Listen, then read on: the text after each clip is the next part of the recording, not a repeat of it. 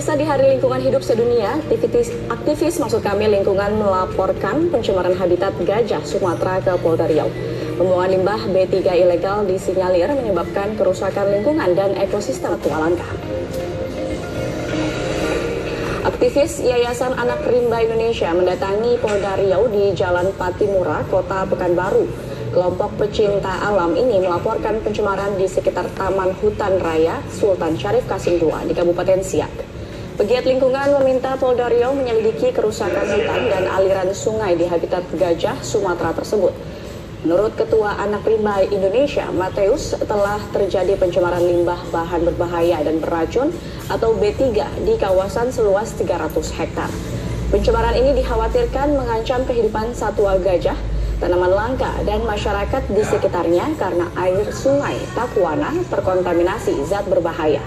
Oleh sebab itu, aktivis lingkungan mendesak Polda Riau memeriksa oknum yang mencemari hutan konservasi dan memberikan sanksi sesuai Undang-Undang Nomor 32 Tahun 2009 tentang lingkungan hidup.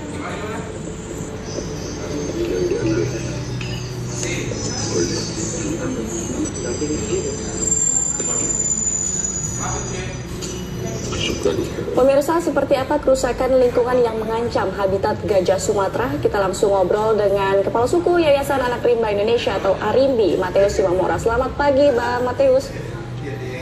Selamat pagi, Gadis. Ya, Bang Mateus, dari temuan Anda, pencemaran limbah yang terjadi di Taman Hutan Raya Sultan Syarif Qasim II ini sebetulnya limbah apa, Bang? Dan sudah berapa lama ini terjadi di Taman Hutan Raya? Baik. Untuk sementara kita duga karena ini limbah minyak, kita duga ini hasil eksplorasi PT Chevron Pacific Indonesia.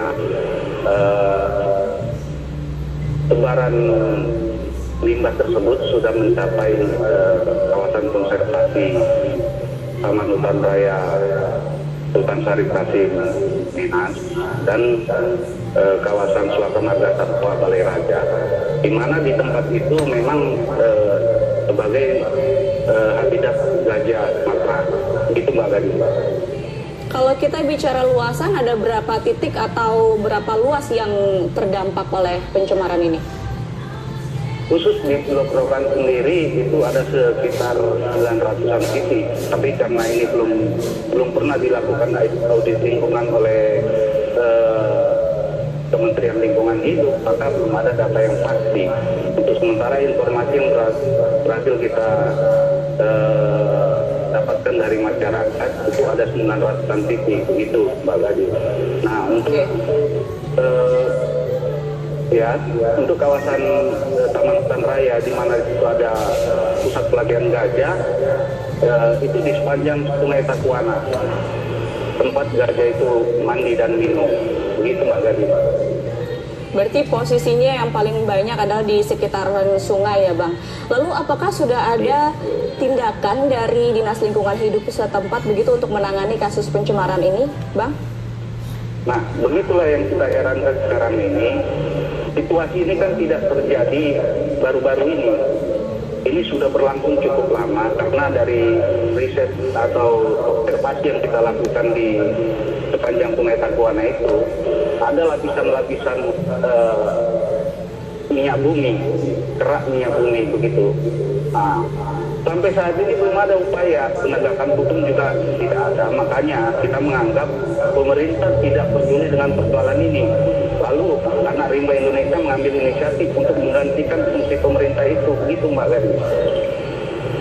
Menggantikan fungsi pemerintah, apa yang dilakukan untuk menanggulangi kasus pencemaran ini oleh tim ARIMBI? Kita sudah melaporkan persoalan ini secara pidana karena ini terkait Undang-Undang Lingkungan Nomor 32 Tahun 2009. Sebenarnya sebelum inisiatif kita, pemerintah berkewajiban dan itu diatur di dalam undang-undang itu, begitu Mbak Gadi. Baik, seharusnya langsung ada penanganan dari pemerintah sendiri untuk menangani kasus pencemaran yang terjadi di Siak ya Bang. Lalu kalau kita lihat di lapangan Bang, dari pantauan Anda bagaimana dengan populasi gajah di sana? Apakah sudah ada laporan terkait dampak secara langsung dari pencemaran ini terhadap populasi gajah yang berkeliaran di sana? Dari informasi yang kita terima di Pusat Pelatihan Gajah Minat itu tahun 2000, tepatnya bulan April mungkin, kalau tidak salah, itu ada 1 ekor gajah yang mati. Memang belum ada penelitian khusus kenapa mati, tapi diduga ini karena ada semacam permasalahan pencernaan. Nah, kalau bicara soal pencernaan berarti soal makanan, kan begitu.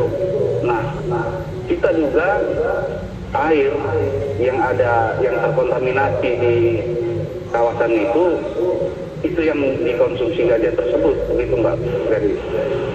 Oke, mungkin berarti dampaknya secara langsung adalah terhadap makanan yang dikonsumsi oleh para gajah. Kalau dari tim Arimbi sendiri, apakah ada penelitian terkait dengan jumlah populasi gajah di Taman Hutan Raya Siak ini, Bang? Sementara ini kita mendapat informasi di situ ada 17 ekor gajah.